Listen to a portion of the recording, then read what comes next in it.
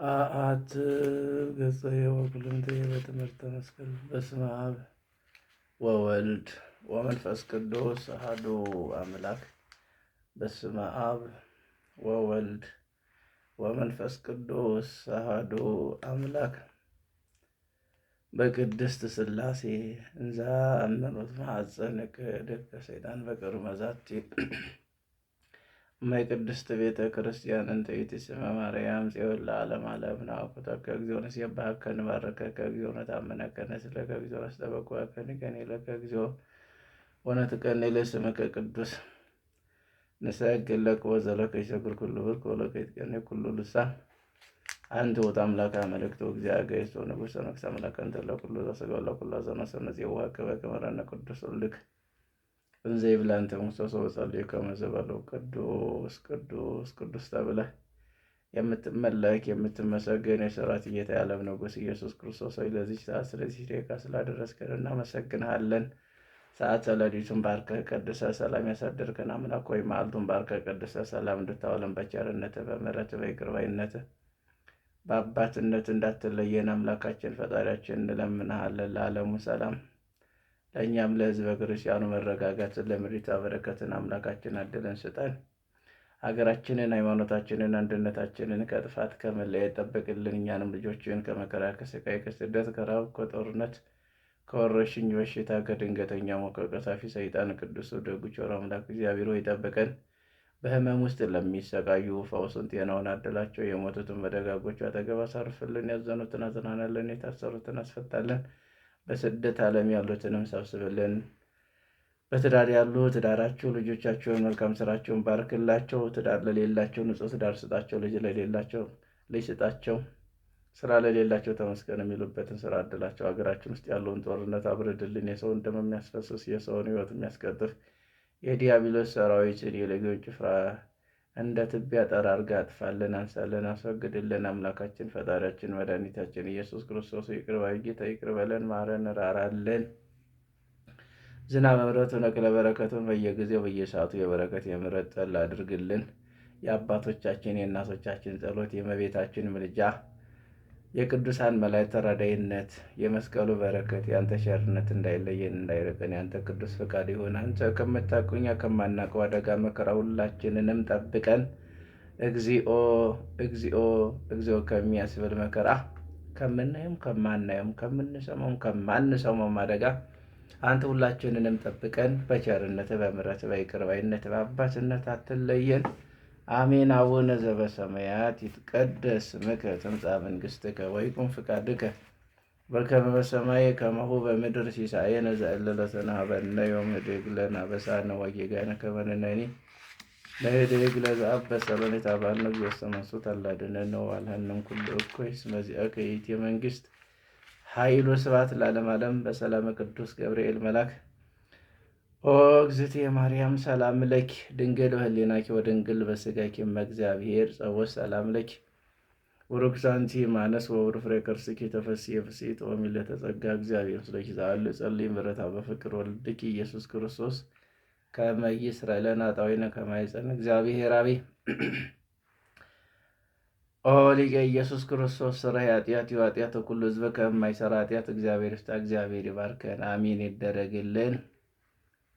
የተከበራችሁ የተወደዳችሁ የክርስቶስ ቤተሰቦች የማምላክ የቅድስት የንጽሕት የድንግል ማርያም የአስራት ያደረ ቃል ኪዳን ልጆች የቅዱሳኑ ወዳጆች የመስቀሉ አማኞች ክቡራን አዛውንት አባቶቻችን፣ ክቡራን አዛውንት እናቶቻችን፣ ወንድሞቻችን፣ እህቶቻችን ሕፃናቶችንም ጨምሮ በሰበሰበን በወደደን በፈቀረን በኢየሱስ ክርስቶስ ፍጹም ሰላም እንደምን አደራችሁ? እንደምን ዋላችሁ? እንደምን አመሻችሁ? በየሰዓት አቆጣጠራችሁ አሜን። ልዑል አምላክ ቅዱሱ ጌታ እግዚአብሔር ይመስገን። እንኳን እንግዲህ 14ተኛው ቀን ዛሬ ያው ሰዓታቱም ሁሉም የሚጠናቀቅበት ማለት ነው እና በዚህ ያደረሰን አምላክ እግዚአብሔር ይክበር ይመስገን። ወደ እመቤታችን መቅደም። በስመ አብ ወወልድ ወመንፈስ ቅዱስ አሐዱ አምላክ። ለክርስቲያን ሁሉ እመቤታችን ታምር መስማት ቀላል አይምሰሉ፣ የከበረ ገናና ነውና ወንዶችም ሴቶችም ወደ ግዝት እንዳይገቡ መስማትን ያስተግሉ። አስቀድመን እንደተናገረ የታወቀ ምክንያት ኃጢአት ደዌ ካልከለከሉ በዚህ ቀን ታምሯን ሰምቶ የሚቻሉ ሥጋ ደሙን ይቀበል። ስጋ ደሙን መቀበል ካልተቻለው ታምሯን ሰምቶ ወደ ቤቱ ስጋ ደሙ እንደተቀበለ ወለታ ይደረግልኛል በማለት ቢሰማ የእመቤታችን ቃል ኪዳኗን ታምሯን የሚንቁ ግን የወልደ እግዚአብሔር ሰው መሆኑን ከማመኑ ናቸው። ከክርስቶስ ወገንም ከምዕመናንም ጋር አይቆጠሩም። በጴጥሮስ እና በጳውሎስ በቃላችን ስልጣን ፈጽመው የተወገዙ የተለዩ የተረገሙ ናቸው እንጂ። አባ ሚካኤል፣ አባ ገብርኤል በምንባል በእኛም በቃላችን ስልጣን ፈጽመው የተወገዙ የተለዩ ነው። እኛም የእነሱን ስልጣን ይዘናልና። ወልድ በጌትነቱ እስኪመጣ ለዘላለም በእውነት የእመቤታችን ባሏን ርሰመት የማያከብረን ስለዚህ በማይፈታ በጽኑ ስልጣን ፈጽመን አወገዘን። የእመቤታችን ባለቶቿን የሚያከብር የታዘዘውን የሚሰራ በዚህ መጽሐፍ የተጻፈውን የሚፈጽም ግን እስከ ዘላለሙ ድረስ ስሙ የተባረከ ይሁን። ለእመቤታችን ስግደት እንደሚገባ 3 ጊዜ እሰግድልሻለሁ፣ እሰግድልሻለሁ፣ እሰግድልሻለሁ። እግዚአብሔር ከአንቺ ሰው ነው፣ ሙሽራው ከጫጉሎ እንደወጣ ከአንቺ ወጣ። እመቤቴ ማርያም ደስ ይበልሽ። ዮሐንስ አፈወርቅ በርሳኑ እንዳመሰገነሽ እኔም አመሰግንሻለሁ። የጠፋ በግ አዳምን የፈለገውን ባገኘውን ጊዜ የተሸከመ እውነተኛ ቸር ጠባቂያችን ክርስቶስ ከአንቺ የተወለደ እመቤቴ ማርያም ደስ ይበልሽ። እግዚአብሔር በደይን የጠላትን ጽኑ የሚጎራ ማሰሮ ባንቺ የተቆረጠላት እመቤቴ ማርያም ደስ ይበልሽ። እግዚአብሔር በብሩህ ደመና ተጭኖ መጥቶ በማኅፀንሽ ያደረ እመቤቴ ማርያም ደስ ይበልሽ። በቅዱሳን ነቢያት በቅዱሳን መላእክት አድሮ የሚኖር ከአንቺ የተወልዶ ተገለጸ እመቤቴ ማርያም ደስ ይበልሽ። ከአብ ከወልድ ከመንፈስ ቅዱስ ጋር የምንሰግደው ቃል የሚባል እግዚአብሔር ወልድሽን ባርኮ ከአንቺ ወለድ ዘንድ የወደድሽ እመቤቴ ማርያም ደስ ይበልሽ። እኔ ለምእመናን ወንጌልን የማስተምርለት የጌታ እናቱ እመቤቴ ማርያም ደስ ይበልሽ። ከወለድሽ በኋላ ማኅተመ ድንግልናሽ እንዳይለወጥ አድርጎ የጠበቀሽን አማኑኤልን የወለድሽ እመቤቴ ማርያም ደስ ይበልሽ። ማኅተመ ድንግልናሽ ሳይለወጥ ንጉሥ ክርስቶስን የወለድሽ እመቤቴ ማርያም ደስ ይበልሽ። ማኅተመ ድንግልናሽ ሳይለወጥ ንጉሥ ክርስቶስን የወለድሽ እመቤቴ ማርያም ሰላምታ ይገባሻል። ልዩ መድኃኒታችን በመውለድሽ እናትን አገልጋይ ተብለሻልና እግዚአብሔር ባርሽን ባረጎ ባለሟልነትን አግኝተሻል። እመቤቴ ማርያም ሰላምታ ይገባሻል። እኛም ከምንወደው እሱም ከሚወደው ልጅሽ በደላችንን ኃጢአታችንን ያስተሰርይልን ዘንድ ለዘላለሙ አሜን። ታምሪያ ለእግዝእትነ ቅድስት ድንግል በክሌ ማርያም ወላዲተ አምላክ ጸሎታ ወበረከቷ ያሉም ስለ ኩልነ ሕዝበ ክርስቲያን ለሀገሪቱና ኢትዮጵያ ለዓለም ዓለም ልመናዋ ክብሯ በእኛ ዘመን በሁላችን የዋለብን ይደርብንና የእስራኤል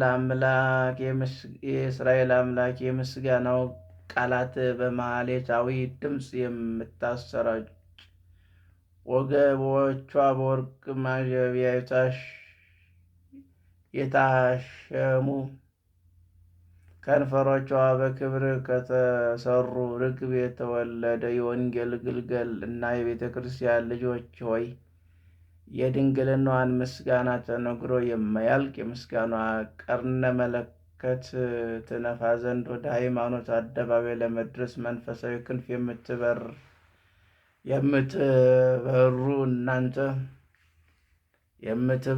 እናንተ የክርስቶስ ቤተሰቦች የብርሃን እናቱ የድንግል ማርያምን ንጽሐ ባህሪ ጠላት የሆነው ሰይጣንን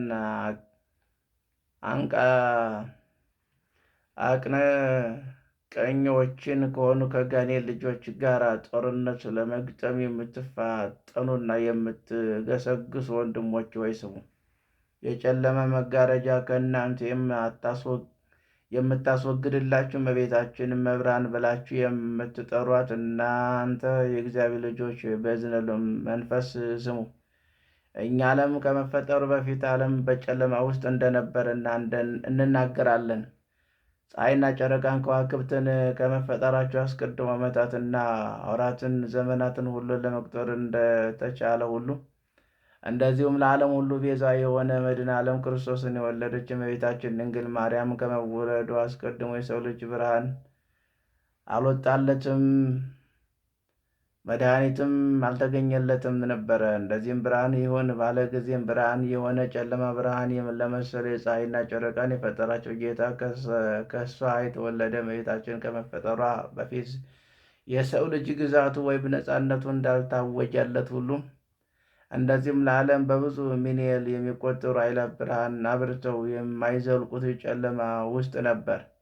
እንደዚህም ሁሉ ዓለም በኃጢአት ጨለማ ውስጥ ተጥለቅልቆ እያለ ሰዎች ስለ ኃጢአታቸው እያለቀሱ ሳሉ እነሆ ከዚህ ዓለምም የጨለማ ባህር ውስጥን ከተገኘች ብላቴና የተገኘ ከጥልቅ የጨለማ ኃጢአት ባህር ውስጥ ወገኖችን ያወጣቸው ዘንድ የእውነት ብርሃን በራ።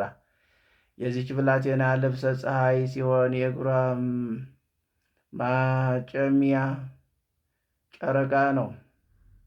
የራሷ ዘውድ ከዋክብት ናቸው። ከእሷ በፊት ሆነ ከእሷ በኋላ የንጽሕናዋን ስነ ባህሪ ያማረ በትክክልና በስርዓት ተጣብቃ ፀሐይን ለብሳ ብርሃን ተጎናጽፋ የተገኘች እንደሷ ያለች ሴት የለችም። ይህች የመዓልት ጌጥ ማለት የንጽሐ ሥጋ ጌጥ ነው። ዳግመኛ እንደሷ ጨረቃ ከዋክብትን የለበሰች የለችም። ይህችም የሌሊት ጌጥ የንጽሐ ነፍሷን የንጽሕና ባህሪ ጌጥ ነው። ነገር ግን በአንዲት ጊዜ በአንዲት ቀን በመዓልትም በሌሊትም ማለት በድንጋሌ ሥጋ በድንጋሌ ነፍስ አጌጣ ተገኘች። ጨረቃ ከእግሯ ስር የከዋክብትም ዘውድ በራሷ ላይ ተቀዳጅታለች። ከእግሯ በታች ያለችው ጨረቃ ይህችን ብላቴና ከለበሰችው ፀሐይ ብርሃን ታገኛለች። ይህችን ብላቴና የለበሰችው ፀሐይ እንደዚህ ዓለም ፀሐይ የሚጠልቅ አይደለም።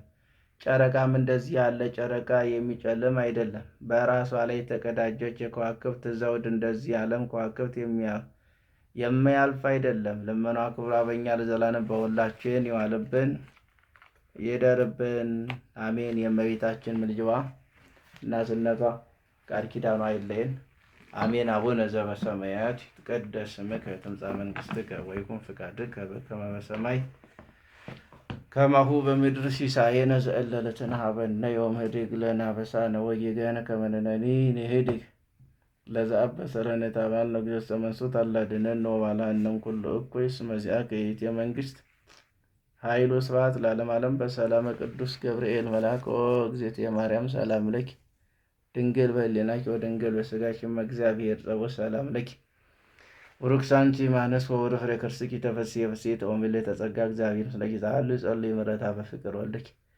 ኢየሱስ ክርስቶስ ከመ ይስረይ ለነ ኃጣውኢነ ከመ ይጸን እግዚአብሔር አብይ።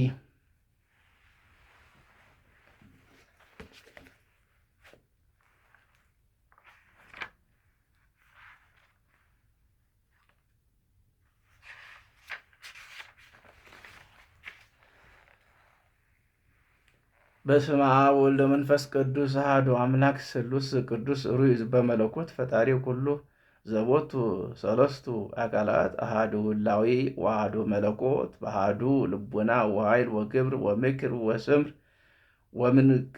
ወምልክና ወመንግስት።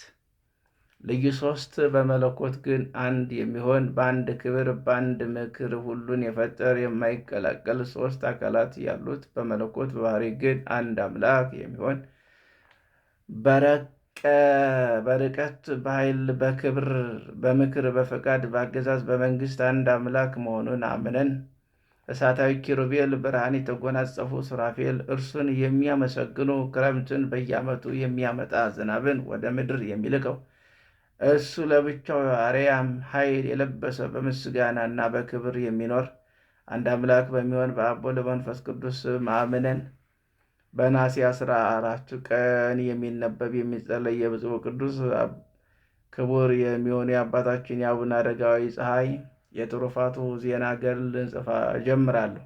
የክቡር አባታችን የአቡነ አረጋዊ ጸሎቱ በረከቱ ከሁላችን ሕዝበ ክርስቲያን ከምናምን ለዘላለሙ ጸንቶ ይኑር አሜን።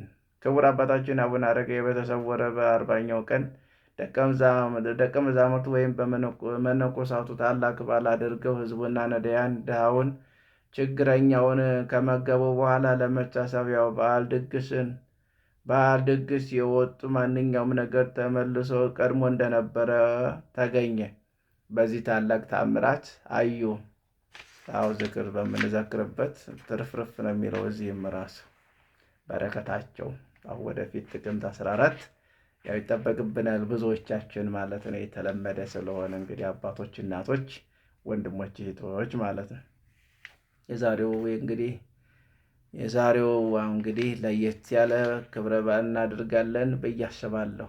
እንደ እግዚአብሔር ፈቃድ እንደ ጻድቁ እንደ አቡነ አረጋዊ እንደ ገብረ ክርስቶስ ጸሎት ይህንን በእነሱ ላይ የወረደው በረከት በተመለከቱ ጊዜ ፈጽመው አደነቁ። ፈጣሪያቸውን እግዚአብሔርን ፈጽመው አመሰገኑት።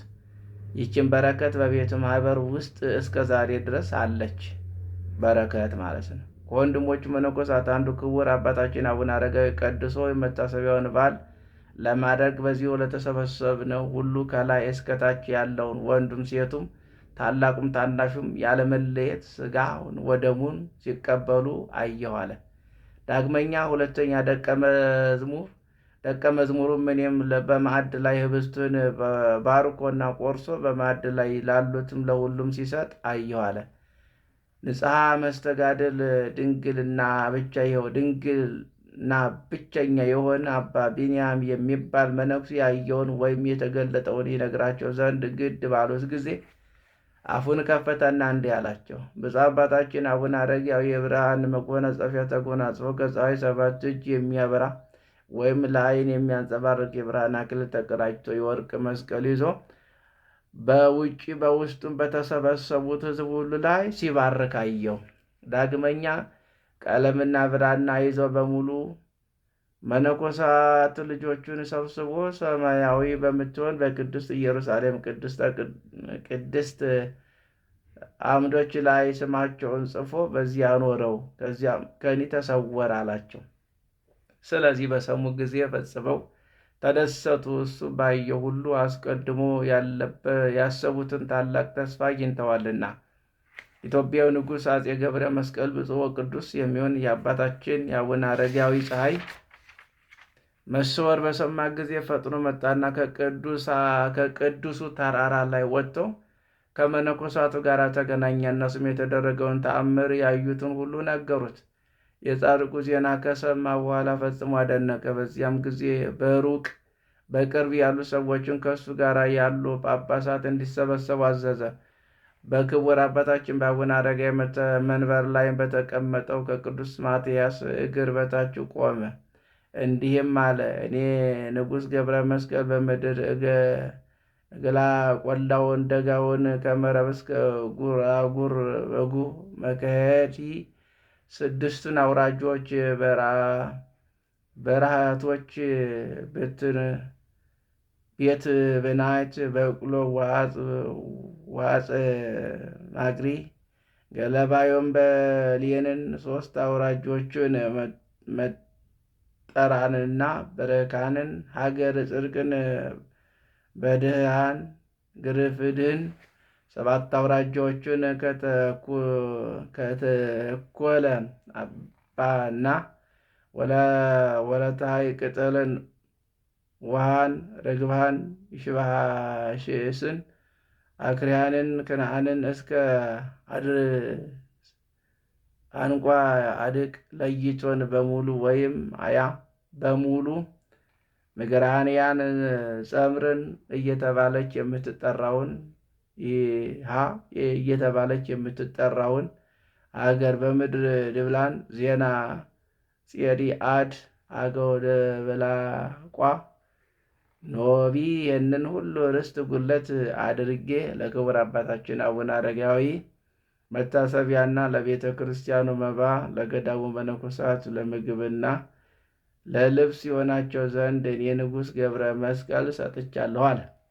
ንጉሡም ገብረ መስቀል ጳጳስ አምጥቶ በገዳሙ ላይ ማንኛውም የሀገር ሹም ወይም ገዢ የቅርብ የሩቅም እንዳይገባባቸው አወገዘ ወይም በግዝት አጸና። እንደዚሁም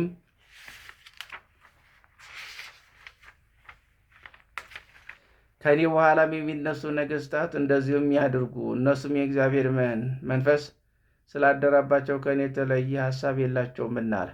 ዳግመኞችም ቦታ እንደ ደብረ ታቦርና እንደ ደብረ ሲና እናከብራታለን፣ እናገናታለን፣ ከፍ ከፍ እናደርጋታለን። ከአክሱም ቤተ መንግሥታቸው ደብረ ዳሞ ቤተ ጸሎታቸው ትሁን ለዘላለም ብሎ ወሰነ።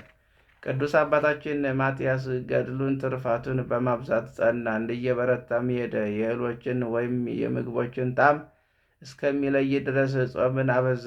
ለሁሉም ራሱን ዝቅ ያደርጋል። እንደ ቀድሞውም ለቤተ ማኅበር በሁሉ ቦታ ይታዘዛል። የሃይማኖትን ትምህርት ለሁሉም ያስተምራል። የወንጌል ቃልን በአማረ አንደበት ይሰብካል። ወንድሞቹም የእሱን በጎ ሥራ ተመልክተው በመንፈሳዊ ቅናት በመነሳሳት የእሱን ፈለግ ይከተሉ ዘንድ ለሁሉም ራሱን ዝቅ ያደርጋል። መነኮሳት በየቀኑ እየመጡ በገዳሙ ውስጥ ቁጥራቸው እየበረከተ ሄደ። የአባታችን ማትያስ በሁሉ ዘንድ ስሙ የተጠራ የታወቀ ሆነ። የሃይማኖት ቃል ለሁሉም ያስተምራል።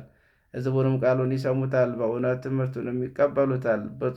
አባታችን ብፁዕ ቅዱስ አባ ማትያስ የእግዚአብሔርን ቃል ያስቡ ዘንድ ወይም በልቦናቸው ሰርጾ ይገባ ዘንድ ከወንድሞቹ ጋር በኅብረት ጸለየ።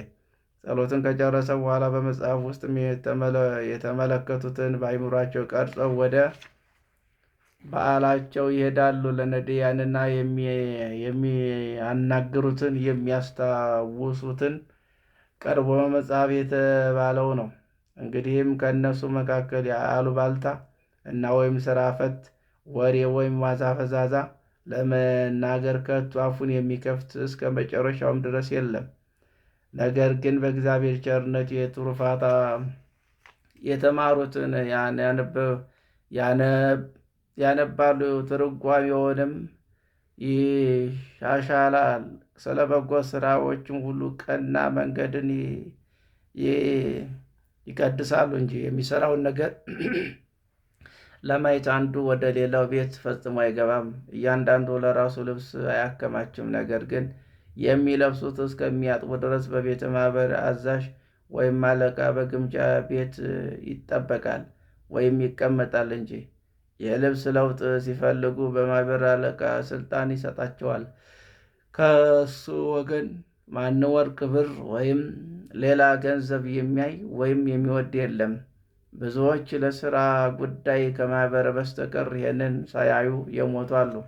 እነሱም ወደ ገዳሙ በገቡ ጊዜ በእጃቸው ይዘው አያቆዩም፣ ለገዳሙ መጋቢ ፈጥነው ያስረክባሉ እንጂ። ቅዱስ አባታችን አባ ማትያስም ከአባቱ ከብፁዕ አረጋዊ እንደተማረው ሕገ ምንኩስናውን በጥንቃቄ ፈጸመ። በእግዚአብሔር ቸርነት ታኅሳስ 8 ቀን አረፈ። ከስም በኋላ አባ ዮሴፍ ተሾመ። ከዮሴፍ በኋላ አባ መስቀለ ቢዛ፣ ከሱም ቀጥሎ አባ መድኃኒነ ጊዜ። እነዚህ ሁሉ ስለ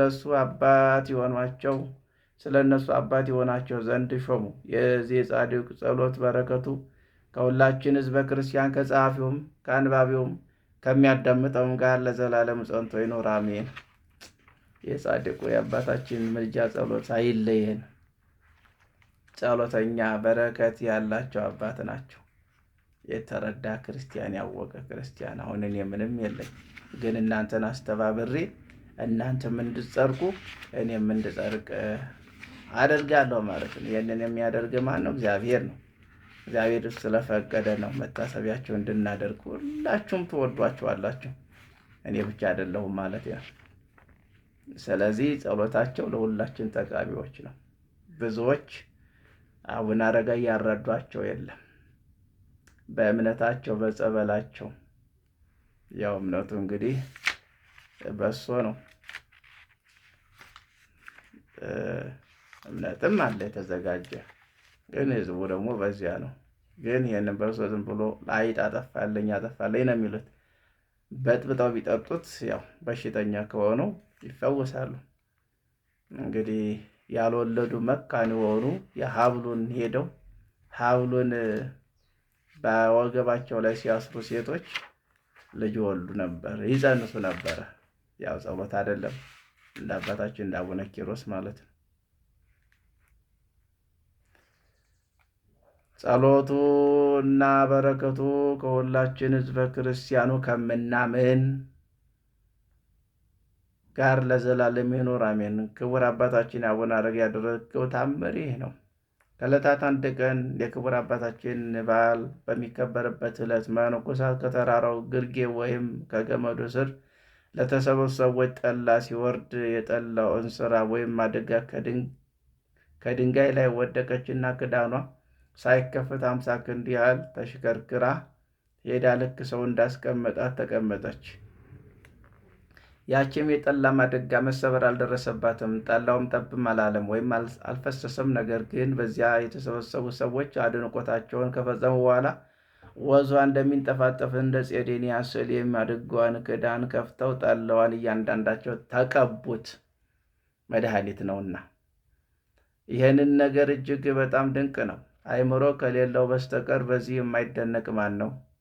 እውነት ድንቅ ነው። ብረት በመሬት ላይ ቢወድቅ ፈጥኖ ይጣመማል ወይም ይሰበራል። ለዚህ ምሳሌ ይሆን ዘንድ ቀድሞ ጌታችን ኢየሱስ ክርስቶስ በግብፅ በስደት ሳለ የፋታዊ ዜማ ሰይፍ በጌታ ፊት ወድቆ ተሰብሯልና። ወንድሞች ሆይ ይህንን ነገር እንዴት ሊሆን ቻለ? ከብረት መሬት ይጸናል ማለት ነው? የእግዚአብሔር የጥበቡ ጥልቅ ከፍጡራን ሁሉ እጅግ የረቀቀ ነውና እጹብ ድንቅ ነው። ከዚህ ውጭ ምንም የምንለው ነገር የለም። እኔም በዚህ በማደጋው ገድል ወድቆ ከመሰበር መዳን እና በፋታዊ ሰይፍ መሰበር ተደስቻለሁ። ወደ ትርጉሙ ስንገባ ልቤ የበለጠ አስደስተዋለሁ። በዚህ በደቃቂ ገል ማድጋ አወዳደቅ ስራ የክቡር አባታችን የአቡነ አረጋዊ መታሰቢያውን በማድረግ ረገድ ብዙዎች ወደ ጽድቅ ጎዳና ተሰማርተዋልና በመልካም ቦታ። በዚህ ሰይፍ መሰበር ምክንያት ፋታዊ ዜማን ከቀዳማዊ አዳም ገነት ቀድሞ ለመግባት እስከሚበቃ ድረስ ወደ ዕብራውያን አብርሃም የሃይማኖት ተራራ ለመውጣት ችሏልና። ክቡር አባታችን አቡነ አረጋዊ መሰወር ብዙ ዘመን በኋላ የዚች ማደጋ አወዳደቅ ገቢር የታምራት ማድረግ እጅግ መልካም ነው። የአባታችን ሀብተ ረድኤቱ ከእሱ ሳይሰወር ከእኛ ጋር እንዳለ በእርግጥ አስረድታናለችና። ዳግመኛ መጽሐፍ የስንዴ ፍሬ ከመሬት ላይ ካልወደቀች ወይም ካልተዘራች ብቻዋን ትኖራለች፣ ነገር ግን በመሬት ላይ ብትወድቅ ወይም ብትዘራ ብዙ ፍሬ ልታፈራ ትችላለች ብሎ እንደተናገረ ይቺ የክቡር አባታችን የአቡነ አረጋዊ ገዳሙ ማድጋ በስንዴ ቅንጣት ትመሰላለች። ይችም የእንስራ ወይም ማድጋ አወዳደቅ የተመለከቱ ሁሉ ብዙ የጽድቅ ፍሬ አፈሩ። እነሱም በየሀገራቸው የክቡር አባታችን የአቡነ አረጋዊ መታሰቢያ ያደርጋሉ። የተአምራቱን ዜና ለሁሉም አስረድተዋልና በሃይማኖታቸው መሰረት ላይ ያማረ ሕንፃቸው ገነቡ። ሕንፃ ካልቆመበት መሰረት ብቻውን ከንቱ ነውና። የዚች የማደጋ የጽድቅ ፍሬ አፈራር ነገር ከሞተች በኋላ ፍሬ እንዳፈራች እንደ ስንዴ ቅንጣት አይደለም። እሷ ግን ሳትሞት ወይም ሳትሰበር በፊት የጽድቅ ፍሬ ያፈራች እንጂ። ስለዚህም ነገር ሁሉም ክብር ይሰጣታል፣ ከፍ ከፍ ያደርጋታል። ይችንን ሥራ ወይም ማደጋ እንደ ስንዴ ቅንጣት መበስበስ አይኖርባት እስከ ዛሬ ድረስ በታምራለች። የክቡር አባታችን የአቡነ አረጋዊ ጸሎቱ፣ በረከቱ፣ ምልጃቸው፣ ቃል ኪዳናቸው ከሁላችን ጋር ለዘላለም ጸንቶ ይዋልብን ይደርብን፣ አሜን። እግዚአብሔር በቸርነቱ በምሕረቱ በይቅርባይነቱ በአባትነቱ አይለየን። ምሕረቱን ቸርነቱን ይላክልን። የምሕረት አምላክ የይቅርታ ባለቤት አሜን። አቡነ ዘበሰማያት ይትቀደስ ስምከ ትምጻእ መንግሥትከ ወይኩን ፍቃድከ በከመ በሰማይ ከማሁ በምድር ሲሳየነ ዘለለዕለትነ ሀበነ ዮም ንኅድግ ለነ አበሳነ ወጌጋየነ ከመ ንሕነኒ ንኅድግ ለዘአበሰ ለነ እግዚኦ መንሱት አላድኅነነ ወባልሐነም ኩሉ እኩይ እስመ ዚአከ ይእቲ መንግሥት ኃይል ወስብሐት ለዓለመ ዓለም። በሰላም ቅዱስ ገብርኤል መልአክ ኦ እግዝእትየ ማርያም ሰላም ለኪ ድንግል በኅሊናኪ ወድንግል በሥጋኪ እመ እግዚአብሔር ጸወ ሰላም ለኪ የብሩክት አንቲ እማነስ ወቡሩክ ፍሬ ከርሥኪ ተፈሥሒ ፍሥሕት ወምልዕተ ጸጋ እግዚአብሔር ምስለኪ ዛሎ ጸልዪ ምሕረተ በፍቅር ወልድኪ ኢየሱስ ክርስቶስ ከመ ይሥረይ ኃጣውኢነ ከመ ይጸን እግዚአብሔር አቤይ።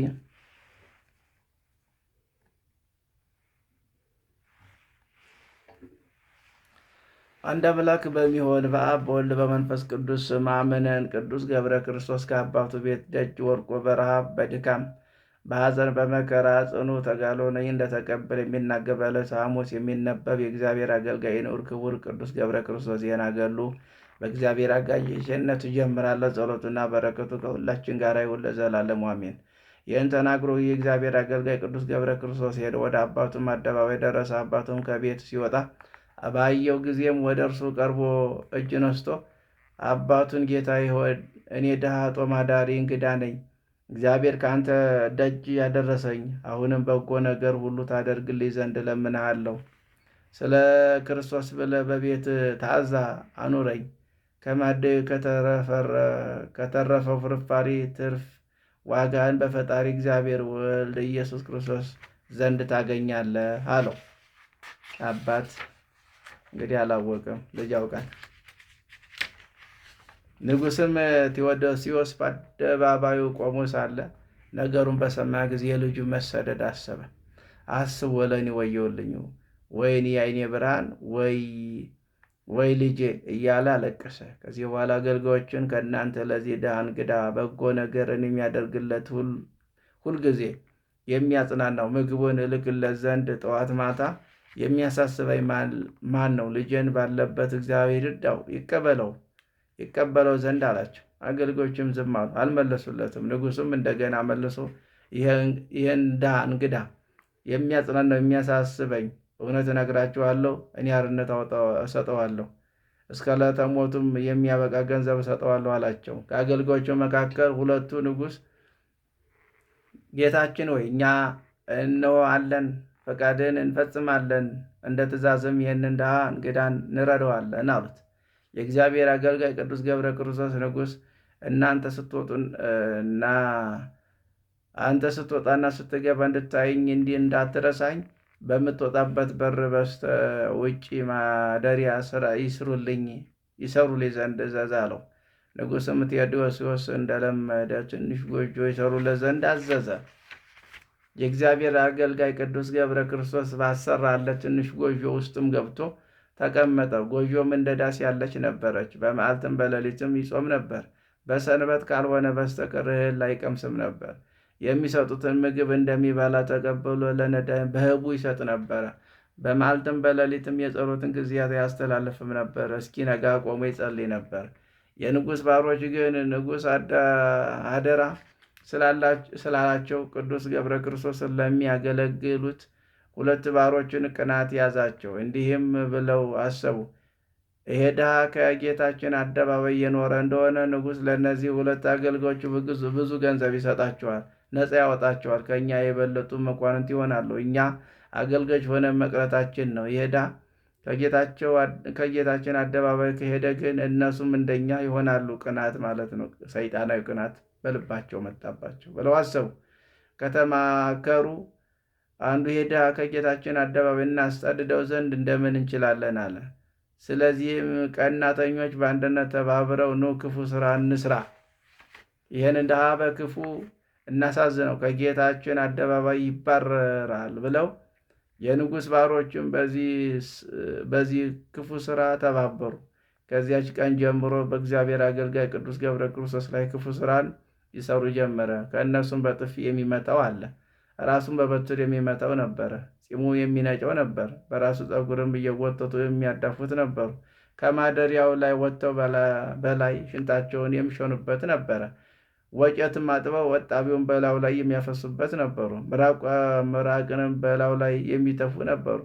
ከንጉሥ ማዕድ የተረፈረፈውን አጥንት ሥጋውን ወስዶ በበላዩ ላይ በጣሉ ጊዜ የንጉሥ ውሾች መጥተው የወደቀውን አጥንት ሲሉ ሥጋውን ያባዝቱት ነበር። የእግዚአብሔር ሰው ቅዱስ ገብረ ክርስቶስ ግን ሞት የሌለበት መንግሥተ ሰማያትን አስቦ በደገኛይቱ ፍቅር ፍጹም እንደሚሆን በተድላ በደስታ ለእግዚአብሔር ይህን ሁሉ ታገሰ። የሰይጣን ጦር እንደሆነ አውቋልና። ስለዚህ አያችሁ ሰይጣን እንዴት እንደሚፈተን። ያመንነው ክርስቲያን የምንጸልይ ከሆነ ፈተናው አይቀርልንም። አይን ያምኛለሁና ፈተና የለብኝም ብለን ቁጭ የምንል ከሆነ አስቸጋሪ ነው። ይህ ሁሉ ስለ ክርስቶስ ብሎ ታገሰ። ሰይጣን ድል አድርጎ እየታገሰ በጎ ስራ እየጨመረ ከዚህ ሁሉ መከራ በአባቱ ደጃፍ 15 ዓመት ተቀመጠ። እንግዲህ ሁሉ ስቃይ ተቀብሏል ማለት ነው። አጥፍቶ አይደለም። ለምን? ጓደኞቻቸው ከእነሱ ሊበልጡ ስለሆነ እሱ ከተባረረ እንደነሱ ይሆናሉ ብለው ነው። እንግዲህ ሰይጣን ቅናት ከባድ ነው። የአባቱ አገልጋዮች ግን በመከራ ላይ መከራ ይጨምሩበት ነበር። ሲወጡና ሲገቡ ይሰድቡት ነበር። ሽታው አስጨንቆናል፣ ይሄ በሽተኛ ድሃ ወዲያ በሉልን ይሉት ነበር። የእግዚአብሔር ሰው ቅዱስ ገብረ ክርስቶስ በልቡ አወጥቶ አውርዶ ያው እግዚአብሔር ልጅ ጌታዬና ፈጣሪ ኢየሱስ ክርስቶስ ሆይ በአባቴ ቤት ያሉ ሁሉ በእኔ ዕዳ በደል እንዳይሆንባቸው ከሰው ተለይቼ ወደ አንተ እንድመጣ ዘንድ ነፍሴን ከሥጋዬ እንድትለይ አትሻለሁ አለ። ስለ ፈጣሪ ጌታችን አምላካችን መድኃኒታችን ኢየሱስ ክርስቶስ ፍቅር ብሎ ይህንን ኃላፊ ዓለም የናቀ የኑር ክቡር ብእሲ እግዚአብሔር ቅዱስ ገብረ ክርስቶስ ጸሎቱ በረከቱ ከሁላችን ሕዝበ ክርስቲያን ከሀገራችን ጋር ለዘላለሙ ጸንቶ ይኑር አሜን። ይህ ነው ክርስትና። እንደዚህ ነው። እንደዚህ ካልሆነ በጭንቅ በመከራ ካልሆነ መንግስተ ሰማያትን ዝም ብሎ መግባት አይቻልም። እየጨፈሩ በየፊርማታው እየዘለሉ ጌታ ኢየሱስ አማላጅ ነው እያሉ ወደ መንግስተ ሰማያት መግባት ከቶ የለም፣ አይሞከርም። ለዚህ ያለ የታለ እና አስቸጋሪ ነው። ሰዎች እንደዚያ እየመሰላቸው አማላጆችን አያማልድም ሲሉ ይቅር ከሚለው አምላክ የሚያማልዱት ቅዱሳን አባቶቻችንን አያማልዱም እያሉ ጌታን አምላክን ፈጣሪን አማላጅ ነው ሲሉ ሎቱ ስብሐት አለመረዳታቸው፣ አለመገንዘባቸው፣ እውነቱ ተሸፍኖባቸው በጨለማ ውስጥ መኖራቸው ያሳዝናል። ስለዚህ አይነ ልቦናቸውን ያብራላቸው። እንግዲህ ገብረ ክርስቶስ ይህን ሁሉ ጽዋተ መከራ ተቀብሏል። በማን? በአባቱ ደጅ፣ በእናቱ ደጅ። ከባድ ነው። አባቱ ቢሰማ ኖሮስ ቢያቅ ኖሮስ ይሄን ሁሉ። ስለዚህ እነዚህን ሰራተኞች ያስቀምጣቸው፣ ግን አላወቅም፣ አልተገለጠለትም። ለምን? በአባቱ ደጃፍ ለመቀበጥ ስለወሰነ ነው። መናኛው ገብረ ክርስቶስ ሙሽራው ገብረ ክርስቶስ ጸሎት በረከቱ አይለየንና ይሄ ነው። ይህንን መታሰቢያ ያደረገ ዝክሩን የዘከረ እንግዲህ አቡነ አረጋዊ ያው ተሰወሩበት ጥቅምት 14 መናኙ ሙሽራው ገብረ ክርስቶስ ደግሞ ያረፈበት ጥቅምት ነው። ስለዚህ ጥቅምት 14 እንግዲህ የዘንድሮው ደግሞ ለየት ያለ ገብረ በዓል እናደርጋለን ብዬ እንግዲህ አስባለሁ፣ ገምታለሁ። ያው ለምን ከተባለ ወዳጆች ስላሏቸው ወዳጅ አሏቸው አቡነ አረጋዊ ገብረ ክርስቶስ። አሁንማ ሁላችሁም ስለተረዳችሁ ስለገባችሁ ያው እጃችሁ ሁልጊዜ የሚዘረጋ እውነተኞች ክርስቲያኖች፣ እውነተኞች አማኞች አባቶች፣ እናቶች፣ ወንድሞች፣ እህቶች ስላላችሁ የዘንድሮ ለየት ያለ ክብረ በዓል እናደርጋለን። እግዚአብሔር ይርዳን። እንግዲህ ያው ካሁን ቀጥሎ መስከረም ጥቅምት ቅዳሜ ቀን ነው የሚውለው። ደስ ይላል። ስለዚህ እግዚአብሔር ይመስገን ለዚያ ጊዜ ያድርሰን።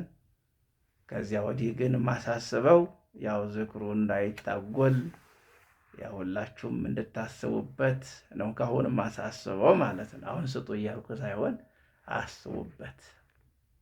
አሁን እንዴ አባቴ ለካ ዝክር አላቸውና ስለዚህ ለዚያ ቀን ያድርሰን እያላችሁ በልባችሁ ውስጥ አስቀምጡት ለማለት ነው። እና የአባቶቻችን ጸሎት የአባቶቻችን ቃል ኪዳን አይለየን። እግዚአብሔር ስለነሱ ብሎ ይቅር ይበለን።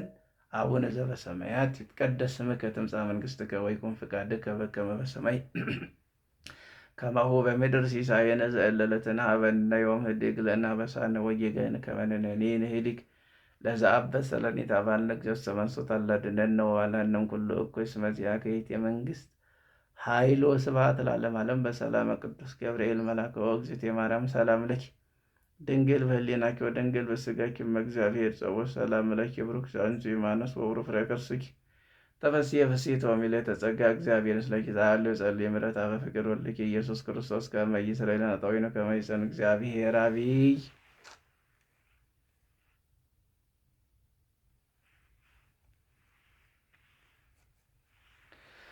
አንድ አምላክ በሚሆን በአብ ወልድ በመንፈስ ቅዱስ ነሐሴ 14 በዚች ቀን የአባ ስምዖንና የወዳጁ ዮሐንስ የዕረፍታቸው መታሰቢያ ነው። እሊህም ቅዱሳን በአማናዊው ዮስጦስ ዘመነ መንግስት የነበሩ ናቸው። እሊህም ወንድሞች የከበሩ ክርስቲያን ናቸው። ከዚህ በኋላ ለከበረ መስቀል በዓል ቅዱሳን መካናት ሊሳለሙ ወደ ኢየሩሳሌም ሄዱ። ስራቸውን አከናውነው ወደ ሀገራቸው ሲመለሱ በፈረሶች ተቀምጠው ወደ ኢያሪኮ ቀረቡ። ዮሐንስ በዮርዳኖስ በረሃ ያለውን የመነኮሳትን ገዳም አይቶ ወንድሙ ስምዖን፣ ወንድሜ ወይ በሊህ ገዳም እኮ የእግዚአብሔር መልአክ ይኖራል አለው። ስምዖን ልናያቸው እንችላለን አለው። ዮሐንስ ከእርሳቸው ጋር ከሆንን አዎን ልናያቸው እንችላለን አለው። ከዚህ ከፈረሶቹ ወርደው ለሰዎቻቸው ሰጥተው እስከምናገኛቸው በየጥቂቱ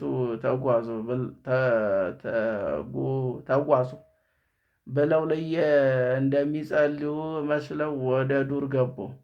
የዮርዳኖስ ጎዳና ተጉዘው ከሰዎች በራቁ ጊዜ እርስ በርሳቸው እንዲተባባሉ ጸሎት እናደርጋለን፣ ከእኛም አንዳችን ወደ ሀገር ጎዳና ደግሞም አንዳችን ወደ መነኮሳት ገዳም በምታደርስ ጎዳና ቆመን ዕጣ እንጣጣል። እግዚአብሔር ከፈቀደ ዕጣችን ወደ ወጣበት እንሄዳለን። ከዚህም በኋላ ስምዖን በዮርዳኖስ ጎዳና ቆመና ዮሐንስ ወደ ሀገራቸው በሚወስደው ጎዳና ላይ ቆመ። ዕጣውን ባወጣት ጊዜ በዮርዳኖስ ጎዳና ላይ ወጣ። እጅግም ደስ አላቸውና ስለ ደስታቸው ብዛት እርስ በርሳቸው ተያይዘው ተሳሳሙ።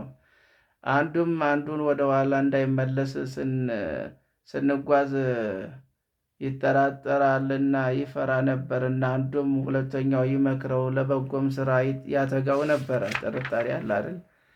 ስለ ዮሐንስም ስለምን ስምዖንን ይፈራ ነበር? ስለ ወላጆቹ ፍቅር እንዳይመለስ ስምዖን ስለ ዮሐንስ ይፈራ ነበር። እርሱ በዚህ ወራት መልካም የሆነች ሚስት አግብቶ ነበርና። ከዚህም በኋላ ወደ እግዚአብሔር ጸለዩ፣ እንዲህም አሉ።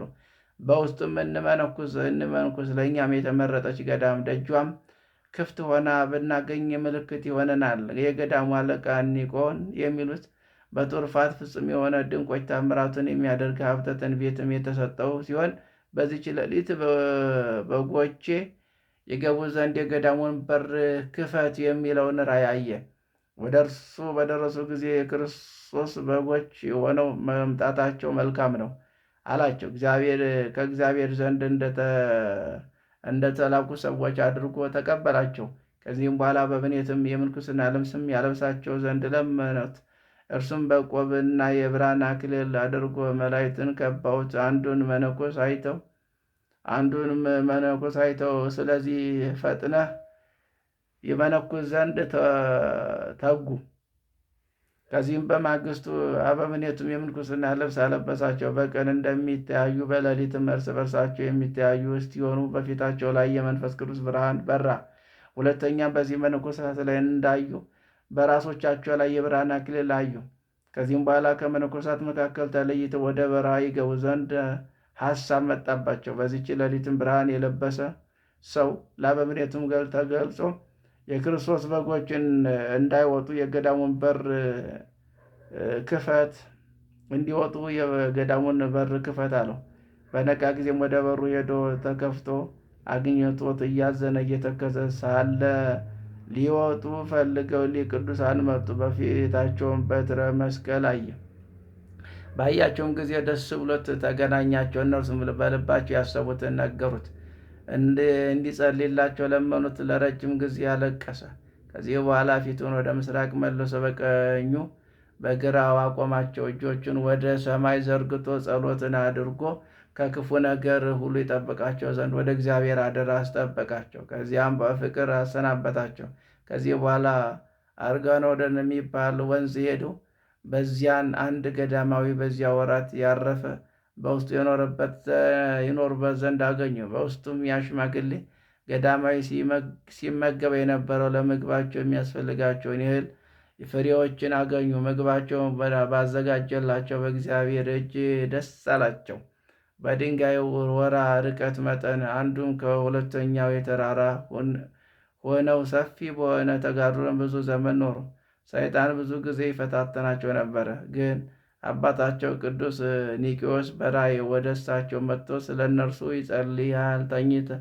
ተኝተውም ሳለ የዳዊትን መዝሙር ያስተምራቸዋል። በነቁ ጊዜም ያስተምራቸውን ሁሉ በትክክል ያነቡታል። እጅግ ደስ ይላቸዋል። አምላካዊ ራእይም ተሰጣቸው። ታምራትን ያደርጋሉ። በዚህችም በረከት የክብር ባለቤት በሆነ በክርስቶስ ኃይል ሰይጣንን ድል እስካደረጉት ድረስ የቀኑ ሐሩር የሌሊቱን ቁር ታግሰው 29 ዓመት ኖሩ። ከዚህ በኋላ ስምዖን ወንድሙን ዮሐንስን እንዲህ አለው፣ በዚህ በረሃ በመኖራችን ምን እንጠቀማለን? እና ወደ ዓለም ወጥተን ሌሎችን እንጥቀማቸው እና አድናቸው። ዮሐንስ መልሶ እንዲህ አለው፣ ወንድሜ ሆይ ሐሳብ ከሰይጣን ቅናት የተነሳ ይመስለኛል። ስምዖን እንዲህ አለው፣ ከሰይጣን አይደለም፣ በዓለም ላይ እንድትዘበዝብበት እግዚአብሔር አዞኛልና። ነገር ግን ና እንጸልይ። ያን ጊዜም በአንድ ላይ ጸልዩ። ልብሶቻቸውን እስከ አራሱት ድረስ እርስ በርሳቸው ተቃቅፈው አለቀሱ። ከዚህ በኋላ ስምዖን እስከሚሞትበት ቀን ድረስ ስራውን ይሰውርለት ዘንድ ወደ እግዚአብሔር እየጸለየ ጎዳናን ተጓዘ። ወደ ዓለም ገብቶ ራሱን እንደ እብድ አደረገ።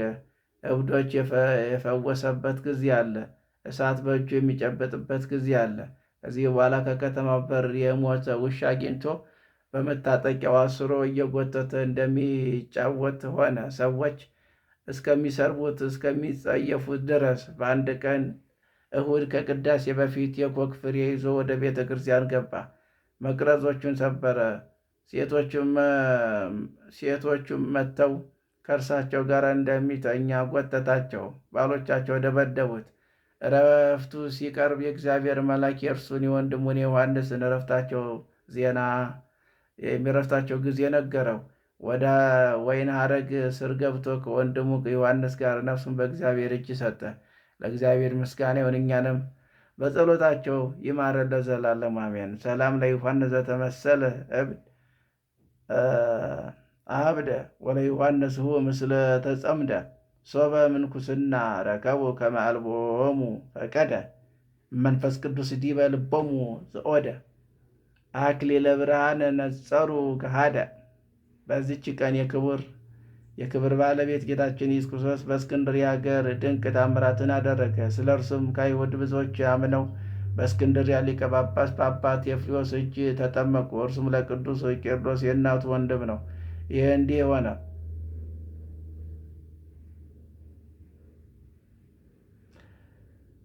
በእስክንድርያ ሀገር ስሙ ፈራሲኪዮስ የሚባል አይሁዳዊ ባለጸጋ ሰው ይኖር ነበር። እርሱም እንደ አባቶች የኦሪትን ሕግ የሚጠብቅ እግዚአብሔርን የሚፈራ ነው። ዳግመኛ ሙያተኞች ሁለት ድሃዎች ክርስቲያኖች አሉ። በአንደኛው ላይም ሰይጣን የስድብ መንፈስ አሳድሮበት ጓደኛው ወንድሙ የክርስቶስን ለምን እናመልከዋለን? እኛ ድሃዎች ነን። የክርስቶስ የሚያመልክ አይሁድ ፈለሲኪኖስ ግን እጅግ ባለጸጋ ነው አለው። ጓደኛውም እንዲህ አለው፣ እንዲህ ብሎ መለሰለት፣ እውቀት አስተውል። የዚህ የዓለም ገንዘብ ከእግዚአብሔር የሆነ አይደለም። ምን አይጠቅምም። ጥቅሙ ቢኖረው ጣዖት ለሚያመልኩ፣ ለአመንዝራዎች፣ ለነፍሰ ገዳዮች፣ ለአመፀኞች ሁሉ ባለስልጣኖች ነበር። አስተውል። የከበሩ ነቢያት ድሃዎች፣ ችግረኞች እንደነበሩ፣ ሐዋርያት እሳቸውም ችግረኞች እንደነበሩ ጌታችን ድሃዎችን ወንድሞቻችሁን ይላቸው እንደነበረ፣ ሰይጣን ግን የጓደኛውን ምክር እንዲቀበል ምንም አልተወውም። ሃይማኖትን ለውጦ ነፍሱን እስከሚያጠፋ ድረስ አነሳሳው፣ ቀሰቀሰው እንጂ። ከዚህ በኋላ ወደ ፍልኪሶኖስ ሄዶ በእናንተ ዘንድ እንዳገለግል ተቀበለኝ አለው። ፈለስኪኖስ እንዲህ ብሎ መለሰለት፣ በሃይማኖት የምታምን አንተ ልታገለግለኝ አይገባም። ከቤተሰቦች ጋር የማትተባበር ልቀበል አይገባኝም። ሁለተኛ የጎስቋላ ወደ አንተ ተቀበለው፣ እኔ ወደ ሃይማኖትህ አገባዋለሁ፣ ያዘዝከኝ ሁሉ አደርጋለሁ አለው። አይሁዳዊ ባለጸጋው ከመምህሬ ጋር እስከምመክር ጥቂት አገሰኝ ብሎ ከዚያ ወደ መምህሩ ሄደ። ድሃውን ክርስቲያናዊ ያለውን ሁሉ ነገረው። መምህሩም ክርስቶስን የሚክድ ከሆነ ግረዘው እና ተቀበለው አለው። አይሁዳዊም ተመልሶ መምህሩ የነገረውን ለዚያ ድሃ ነገረው። ያም ምስኪን የምታዘኝን ሁሉ አደርጋለሁ አለ። ከዚያ በኋላ ወደ ምኩራባቸው ወስዶ የምኩራቡ አለቃ በሕዝቡ ሁሉ ፊት እንዲህ ብሎ ጠየቀው። ንጉሥ ክርስቶስን ክደህ አይሁዳዊ ትሆናለህ? እርሱን አውክደዋለሁ አለ። የምኩራብ አለቃ መስቀል ሰርቶ በላዩ የክርስቶስ እንዲያደርጉ መጻጻን የተመላሽ ሰፍነግን በዘንግ ላይ አስረው ከጦር ጋር እንዲሰጡ ታዘዘ። ከዚያም ከተሰቀለው ላይ ምራቁን ትፋ መጻጻትን አቀረበለት። ክርስቶስ ወይ ወጋው እያልክ ውቀው አለው። ይህንን እንዳዘዙት አድርገው በወጋው ጊዜ ብዙ ውሃ ደም ፈሰሰ። ለረጅም ጊዜ በምድር እየፈሰሰ ነበር። በዚያን ጊዜ ከሃዲው ደርቆ እንደ ድንጋይ ሆነ። በአይሁድ ሁለት ታላቅ ፍርሃት ወደቀባቸው። በእውነት የአብርሃም ፈጣሪ ስለ እኛ ተሰቅሏል፣ ዓለምን ለማዳን የመጣ ያው እግዚአብሔር ልጅ እርሱ እንደሆነ አመንበት እያለ ጮኹ።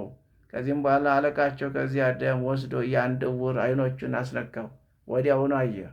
ሁሉም አመኑ። ወደ ሊቀ ጳጳሱም አባ ቴዎፍሎስ ሄደው የሆነውን ሁሉ ነገሩት። ሊቀ ጳጳሱም ከካህናቱ ጋር ተነሳ። አባ ቄርሎስ ከእርሱ ጋር አለ።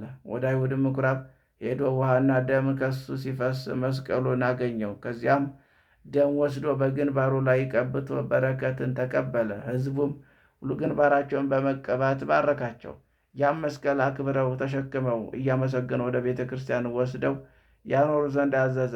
ደም የፈሰሰበትን ምድር አፈሩን አስጠርጎ ለበረከት ለበሽተኞች ፈውስ ሲሆን በሸክላ ዕቃ ውስጥም አኖረው።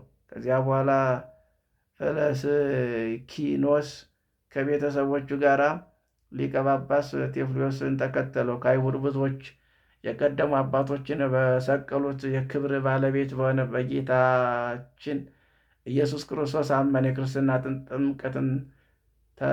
ጥምቀት በአብ በወልድ በመንፈስ ቅዱስ አጠመቋቸው። ከእነርሱ ጋር እንዳደረጓቸው ሥጋ ደሙን አቀበላቸው። ከዚህ በኋላ ለዘላለም ክብር ምስጉን የሆነው እግዚአብሔር እያመሰገኑ ወደ የቤታቸው ገቡ። እኛን ሁላችን የክርስቲያን ወገኖችን በመስቀሉ ኃይል ያድነን፣ አሜን። ሰላም ለተአምራቲው ክቡድ እስከ አመኑ ቦቱ ጉባኤ አይሁድ ሶበ ለመስቀል ረገጸ ብእሲ ሙስና ወካይድ ወሰላም ካበዘ ምስለ አማ ወሰጊድ ሀባወ ዘደመ መስቀሉ ለወልድ። በዚች ቀን ከአርዲቱ ጋር በድንጋይ የተወገረው ታምራትን የሚያደርግ ሰማዕት ድምጥልያ አረፈ። በረከታቸው ከእኛ ጋር ትኑር ለዘላለሙ። በዚች ቀን ቅዱስ ባሲሊቆስ በሰማዕትነት ሞተ። በእስር ቤት እርሱ ሳለ የክብር ባለቤት ጌታችን ኢየሱስ ክርስቶስ አገልግሎት ተገለጠለት። እንዲህ አለው፣ የምስክርነት ፍጻሜ ደርሷል። ሄደ፣ ዘመዶችን ተሰናበታቸው። ከዚህ በኋላ ወታደሮችን ከእርሱ ጋር ወደ ቤቱ ይሄድ ዘንድ ለመናቸው። ሄዶም ወደ ቤቱ ገብቶ እናቱም ዘመዶችን ተሰናበታቸው። በማግስቱም የከበረ ባሲሊቆስ ወደ ፍርድ ሸንጎ አቀረቡትና በሁለቱ ምሰሶች መካከል አስረው ሲደበድቡት ዋሉ።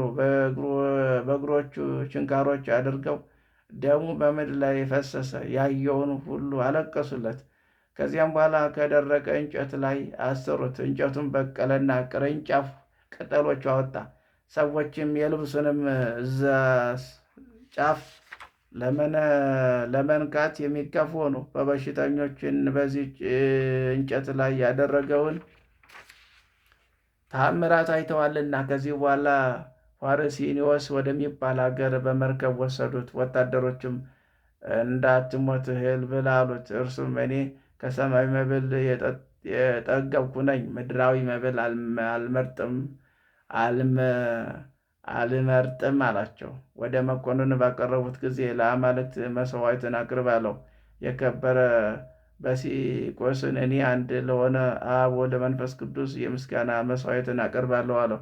ሁለተኛ ወደ ጣዖት ቤቱ እንዲህ አስገቡት ታዘዘ። እርሱም ቆሞ ወደ እግዚአብሔር ጸለየ።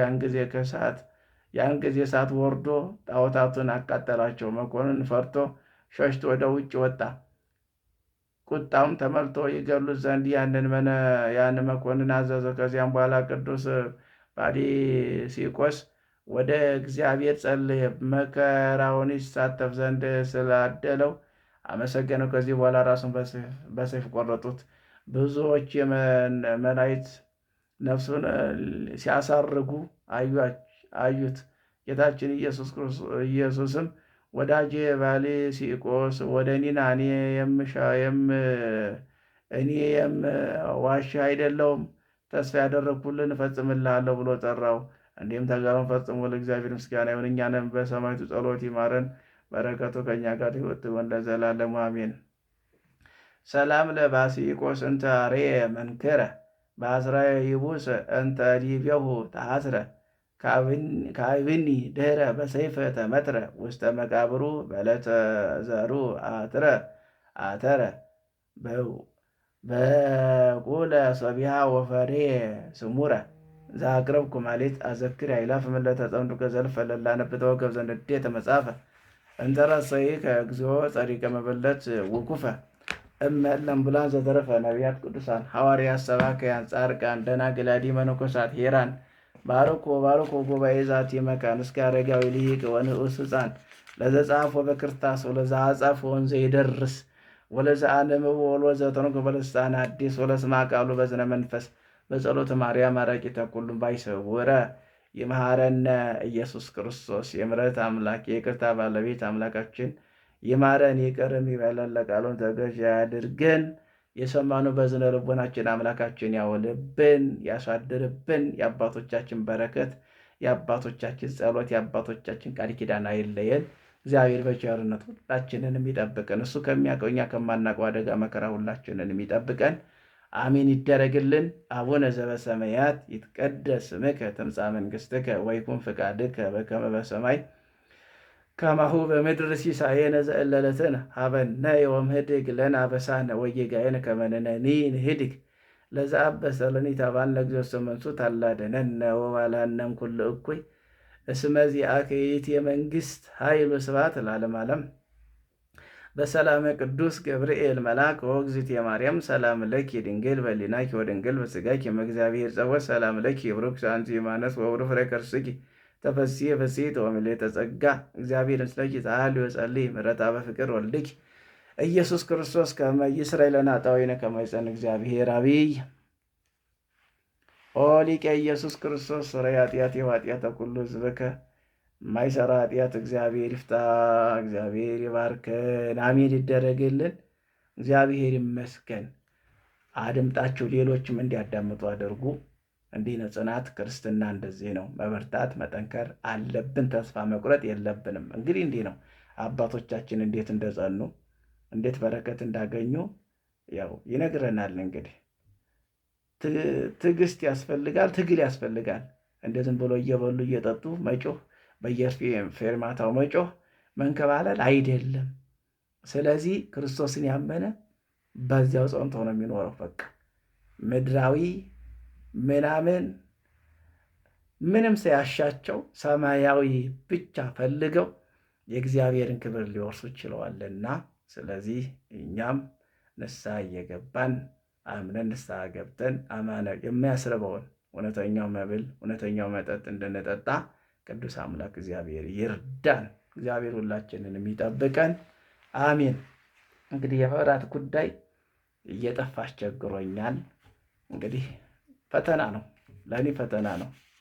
ማታም እንዳላደርስ ይኸው ሌሊትም እንዳላደርስ አጥፍቶት 10 ጊዜ ያጠፉታል።